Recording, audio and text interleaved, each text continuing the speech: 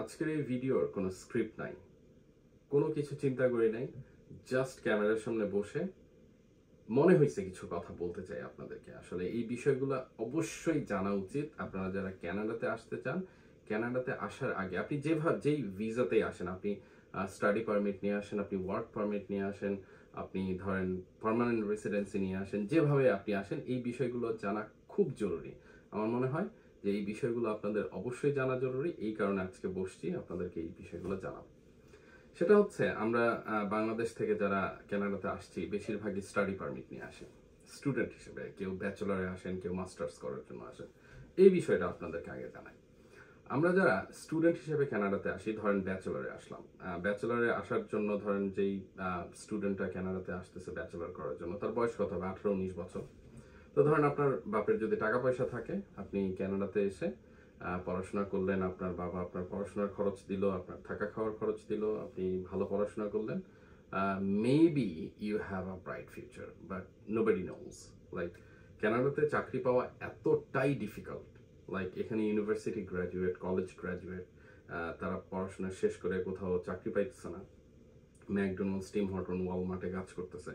আমি প্রতিদিন দেখতেছি এরকম প্রচুর স্টুডেন্ট। আমি থাকি নিউফাউন্ডল্যান্ডে একটা ইউনিভার্সিটি আছে, মেমোরিয়াল ইউনিভার্সিটি অফ নিউফাউন্ডল্যান্ড, যেখানে প্রচুর বাংলাদেশি স্টুডেন্ট আসে। এরা আসার পরে যা হোক সামহাও এখানে টিউশন ফি অনেক কম কানাডার অন্যান্য ইউনিভার্সিটি। ইভেন আপনি যদি টরন্টোর একটা কলেজের কথা চিন্তা করেন, টরন্টোর কলেজের চাইতেও এখানে টিউশন ফি কম। সো বেশিরভাগ বাংলাদেশি স্টুডেন্টরা এখানে এসে পড়াশোনা করতেছে। যেহেতু কম টিউশন ফি, পড়াশোনা শেষ করে আমি দেখতেছি কেউ চাকরি পাইতেছে না। খুবই খুবই ধরেন আপনার 20% graduate, they are getting a good job, and rest 80% they are working Walmart, they are working McDonald's, they are working Tim Hortons. So like very difficult to find a job. তো যা হোক, আপনি সামহাও চলে আসলেন, আইসা আপনি এখানে পড়াশোনা করে যা হোক শেষ করলেন। আপনি খুব লাকি, আপনি একটা ভালো চাকরি পাইলেন। ভালো চাকরি মানে কি? 60-70,000 max. Starting salary 70,000, it's quite off right now in Canada.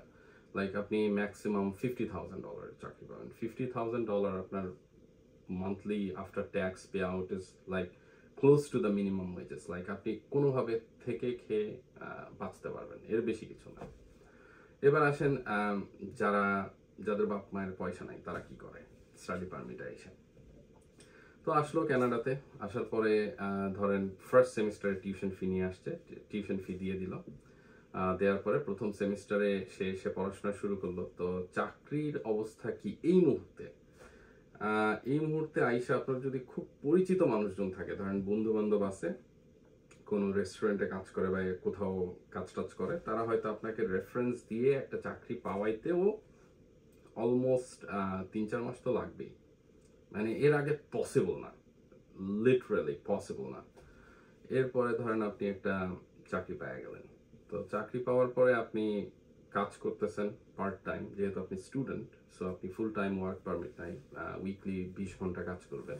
এই 20 ঘন্টা কাজ করে আপনি ধরেন মাসে 20-40 80 ঘন্টা, মাসে 80 ঘন্টা কাজ করুন। মাসে 80 ঘন্টা কাজ করে সর্বোচ্চ আপনি কত টাকা ইনকাম করবেন? $600-700, 800, 1000-এর নিচে। সো আপনি ধরেন যদি টরন্টোতে থাকেন, আপনার বাসা ভাড়া অলমোস্ট $700-800। আপনার থাকা খাওয়ার, আপনার খরচ, খাওয়ার খরচ অ্যাটলিস্ট তো $600 হবেই। এছাড়া আনুষঙ্গিক বিল টিল সব মিলে আপনার $1500-1600 খরচ হবে। তাই আপনি যদি $1000 ইনকাম করেন, তো বাকি $500 কই থেকে আসবে? টিউশন ফি বাদই দিলাম। বুঝতে পারছেন বিষয়টা? সো খুবই বাজে অবস্থা। এরপরে যে যারা এভাবে আসতেছে তারা তাহলে কিভাবে সার্ভাইভ করতেছে? এখন ধরেন তারা একটা চাকরি করতেছে কোথাও 20 ঘন্টা, এরপরে তারা ডেলিভারির কাজ করে, like food delivery, grocery delivery, অনেকে বিভিন্ন ধরনের ডেলিভারির কাজ করে, যেগুলা আপনার সেলফ এমপ্লয়মেন্ট। এইগুলো ডিরেক্টলি সোশ্যাল ইন্স্যুরেন্স নাম্বারে আসে না, যার কারণে সিআরএ ওইভাবে টের পায় না। কিন্তু end of the year CRA কিন্তু টের পাবে এইগুলো, এবং যারা এরকম করতেছে তাদের কিন্তু পরবর্তীতে যখন সিআরএ থেকে এইগুলো রিপোর্ট করবে আইআরসিসিতে, তখন আইআরসিসি কিন্তু তাদের ওয়ার্ক পারমিট বা স্টাডি পারমিট এক্সটেন্ড করবে না, বা ওয়ার্ক পারমিট এক্সটেন্ড করবে না, অথবা তারা যদি পড়াশোনা সাকসেসফুলি শেষও করে ফেলেন, যখন পার্মানেন্ট রেসিডেন্সির অ্যাপ্লিকেশন করবেন তখন আপনাদের এগুলো অ্যাকসেপ্ট করবে না। So it's gonna be a hassle in one point, কারণ Canada everything is very transparent. আপনি কোনো কিছু হাইড করতে পারবেন না গভর্নমেন্টের কাছ থেকে, সো ইটস ভেরি ট্রান্সপারেন্ট। তো যাই হোক, এই বিষয়গুলো গেল। এখন যারা মাস্টার্স করতে আসেন, সেম, বাপের টাকা পয়সা থাকলে আপনি এসে খুব ভালো মতো পড়াশোনা কইরা ধরেন আপনি একটা ভালো চাকরি পাইতে পারেন, আর টাকা পয়সা না থাকলে তো ভাই অবস্থা খারাপ। এই ধরনের সেম প্রসেসের মধ্যে দিয়ে যাইতে হবে। এখন চলেন পড়াশোনার বিষয়ে কথা বলি। বিষয়টা হচ্ছে যে কানাডার ইউনিভার্সিটিগুলো বাংলাদেশের ইউনিভার্সিটিগুলোর মতো না। এখানে প্রচুর পড়াশোনা করতে হয় ইউনিভার্সিটিতে, লাইক এত অ্যাসাইনমেন্ট করতে হয়, মানে আপনি হয়তো এখন যেমন এআই এর যুগ চলে আসছে, সবাই মনে করবে যে আমি চ্যাট জিপিটি দিয়ে অ্যাসাইনমেন্ট করে ফেলবো। না, এত সহজ না। যেমন আমি যখন ইউনিভার্সিটিতে পড়ছি, আমার একটা বই দিয়ে দিত, এই বই চ্যাট জিপি অনলাইন ভার্সন নাই। এখন এই বইটা আমারে পড়তে হবে, পড়ার পরে আমারে ওই বইয়ের উপরে একটা অ্যাসাইনমেন্ট দিত, হুইচ ইজ ভেরি ইউনিক। আপনি এটা কোথাও খুঁজে পাবেন না। আপনার ওই বই পড়তে হবে, পড়ে তারপরে অ্যাসাইনমেন্ট করতে হবে। There is no alternative. So এটা খুবই ডিফিকাল্ট। লাইক আপনি, মানে আমার এক্সপেরিয়েন্স হচ্ছে যে যারা পড়াশোনা করতে চান, মানে ভালো পড়াশোনা করে ভালো রেজাল্ট করতে চান, আপনারা যারা শিখতে চান, নলেজ গ্যাদার করতে চান, তারা যদি সপ্তাহে 20 ঘন্টার বেশি মানে 30 মিনিটও চাকরি করেন, আপনাদের পড়াশোনা গোল্লায়। সো পড়াশোনা এখানে খুবই ডিফিকাল্ট।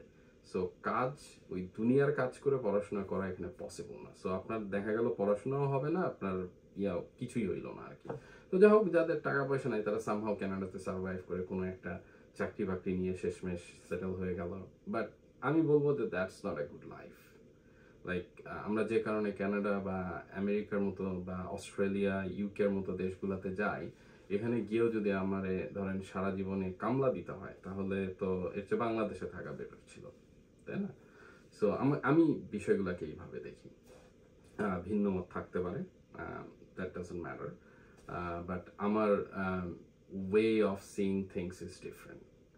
তো এখন বিষয় যেটা হচ্ছে যে আপনারা যারা কানাডা আসবেন, আমার মনে হয় এই বিষয়গুলো সব মাথায় নিয়ে আসেন। কারণ আমি স্ট্রেইট বলতে চাই, যেমন আমি কয়েকজন মানুষকে চিনি, এরা বাংলাদেশে খুব ভালো ভালো পজিশনে কাজ করতো, লাইক ব্যাংকে ভাইস প্রেসিডেন্ট ছিল, মানে এই লেভেলে কাজ করতো। ধরেন এরা 2-3 লাখ টাকা বেতন পাইতো, এরা কানাডাতে চলে আসছে। আসার পরে আপনার ফ্যামিলি নিয়ে আসছে, বাচ্চা কাচ্চা হওয়াইছে, এখানে এসে বুঝে নিত কানাডাতে বাচ্চা কাচ্চা হইলেই তো এখানে সিটিজেন। তো বাংলাদেশি মানুষ, বিশেষ করে বাংলাদেশিদের কথা এত বেশি বলবো না, চাইনিজ মানুষরা, এদের মেইন টার্গেট হচ্ছে কানাডাতে এসে বাচ্চা পয়দা করা। তো যাও, এখন বাংলাদেশিরাও শিখছে এটা। তো আইসাই এখানে একটা বাচ্চা নিয়ে নিত, বাচ্চা নিয়ে নিল, বাচ্চা নেওয়ার পরে এই বাচ্চারে টেক কেয়ার করার জন্য বউ কাজ করতে পারবে না, এখন জামাইরা কাজ করতে। ধরেন বাংলাদেশে তো এরকম একটা লাইফস্টাইল ছিল, 4-5 লাখ টাকা বেতন পাইতো, এখানে এসে কি করতেছে, টিম হর্টন বা ম্যাকডোনাল্ডসে কাজ করতেছে মিনিমাম ওয়েজেসে। যাই আমি যারা চিনি, সে ধরেন ব্যাংকে ভালো চাকরি করতো, এখানে এসে কি করলো, একটা বাচ্চা ছিল, আরেকটা বাচ্চা হয়েছে, সো বউ এঙ্গেজ। এখন সে কি করে, সে কোথাও চাকরি বাকরি পায় না, শেষ পর্যন্ত সে একটা ব্যাংকে ঢুকছে। Bank is almost a minimum wages job. Like ব্যাংকে একেবারে বাংলাদেশের মতো না, এখানে ব্যাংকে খুবই খারাপ অবস্থা, বেতন খুবই কম। তো যাই হোক, সে ব্যাংকে চাকরি করে, বউ বাচ্চা কাচ্চারে এখন ডে কেয়ারে দিয়ে, বউ মনে হয় কোথাও একটু চাকরি বাকরি করে। তো খুবই বাজে লাইফ। ধরেন এক রুমের একটা বাসায় থাকে, বাংলাদেশে এই লোক তো ধরেন 4-5 বেডরুমের একটা অ্যাপার্টমেন্টে থাকতো, এখানে এসে এক রুমের একটা বাসায় থাকে। কি বাজে অবস্থা, তাই না? তো আমি যেটা বলি যে বাংলাদেশে যাদের মিনিমাম স্ট্যাবলিশমেন্ট আছে, যে আপনারা ধরেন ভালো একটা চাকরি করেন বাংলাদেশে, ভালোভাবে আপনি আপনার লাইফ লিড করতে পারতেছেন, আই উইল সাজেস্ট যে তারা কানাডা বা আমেরিকা এই দেশগুলোতে আসার কোনো দরকার নেই। আপনি এই দেশগুলোতে তখনই আসতে পারবেন যখন আপনার ধরেন আপনার বাপের অনেক পয়সা আছে, লাইক একেবারে অনেক টাকা, মানে গুণে শেষ করা যাবে না এরকম টাকা পয়সা আছে। তো এরকম যদি হয় তাইলে আইসা লাভ আছে, আপনি আইসা এখানে টাকা উড়াইলেন, আপনার বেটার লাইফ, একটা বাড়ি টাড়ি কিনে ফেললেন, আইসা ধরেন দামি গাড়ি কিনে ফেললেন, বোট টোট কিনে ফেললেন, সো লাইক বিন্দাস life. Otherwise the working people, like middle class family had a good job in Bangladesh. Somehow they are trying to move in Canada just for a better life. This is not gonna be a better life. This is gonna be a worst life. It's gonna be a nightmare. So don't think about it. Like, if you have a good job, stay in Bangladesh. Don't come to Canada. All right? আর আরেক শ্রেণী, যেমন ধরেন Saudi আরব, Dubai, আমি আসলে কাউরে disrespect করে কথা বলতেছি না, ধরেন বাংলাদেশ থেকে প্রচুর মানুষ সৌদি আরবে লেবার হিসেবে কাজ করে, রাইট? বা দুবাইয়ে কাজ করে বা মালয়েশিয়াতে কাজ করে। এই মানুষগুলো যদি ধরেন ক্যানাডাতে আসে, তাইলে ঠিক আছে। ধরেন এরা এসে সামহাও একটা কাজ টাজ ক্যাশে বা সামহাও একটু যদি ইংলিশ বলতে পারে, ধরেন একটা চাকরি ম্যানেজ করে ফেললো। এমন অনেক চাকরি আছে, যেমন Tim Horton, it's a coffee shop. এখানে ধরেন আপনার কিছু মানুষ আছে যারা ফ্রন্টে কাজ করে, they must need to know the English language. But যারা ব্যাকে কাজ করে, ধরেন বেকিং টেকিং করে বা ক্লিনিং করে, এদের কিন্তু আসলে অত ইংরেজি জানার দরকার নাই, because they don't need to communicate with the customer, right? So এরকম কাজ করে। আমি চিনি প্রচুর বাংলাদেশিরা টরন্টোতে, আমি 5.5 বছর টরন্টোতে ছিলাম। প্রচুর বাংলাদেশিরা চিনি যারা এরকম ভাবে কাজ করে। They can speak in English, they works like in Tim Horton or McDonald's, in that kind of position. And ওরা বাংলাদেশি গ্রোসারি স্টোর গুলাতেও কাজ করে, রেস্টুরেন্ট গুলাতেও কাজ করে। ওইগুলাতে তো আর ইংলিশ বলতে হয় না, কারণ ওখানে সব বাঙালি কাস্টমাররা আসে, সবাই বাংলায় কথা বলে। তো ওই ধরনের মানুষরা ধরেন এখানে এসে একটা বা দুইটা চাকরি করে মাসে ধরেন $2,500 ইনকাম করতেছে। এন্ড $2,500 ইনকাম করে ধরেন ওরা একটা বেসমেন্টের মধ্যে হয়তো 10 জন থাকে, 3 বেডরুমের একটা বেসমেন্টে। তো 3 বেডরুমের একটা বেসমেন্টে 10 জন থাকে, ওটার ভাড়া ধরেন 2,000। তাহলে এক একজনের ভাগে কয় টাকা করে পড়লো? $250 করে পড়লো। তো $2,500 ইনকাম করে $250 খরচ করতেছে, আর যেখানে যেখানে কাজ করতেছে ওখানে খেয়ে নিচ্ছে বিভিন্ন খাবার দাবার, মানে কোনো রকমের খেয়ে পরে বেঁচে আসছে। এরা ধরেন মাসে হয়তো $1,500 সেভ করতে পারতেছে, বা $2,000। এই $2,000 যখন বাংলাদেশে পাঠায়, তো $2,000 বাংলাদেশে কিন্তু অনেক টাকা, তাই না? ধরেন আপনার প্রায় 1.5 থেকে 2 লাখ টাকার মধ্যে। তো ধরেন এই মানুষটা যখন সৌদি আরবে বা দুবাইয়ে ছিল, তখন কিন্তু সে মাসে ধরেন বাংলাদেশে 20,000-30,000 টাকা পাঠাইতো, সেখানে সে 1.5 থেকে 2 লাখ টাকা পাঠাইতেছে। সো ওদের জন্য এটা ঠিক আছে। বাট আমরা যারা মিডল ক্লাস ফ্যামিলি থেকে আসছি, বা বাংলাদেশে সামান্যতম হইলেও একটু সেটেলমেন্ট আছে, একটা কোয়ালিটি লাইফ লিড করতে আমরা পছন্দ করি বা করে আসছি, তাদের জন্য কিন্তু it's not a good option. So like, don't come to Canada, stay in Bangladesh, do whatever you are doing, make money, live your life. Thank you very much for watching.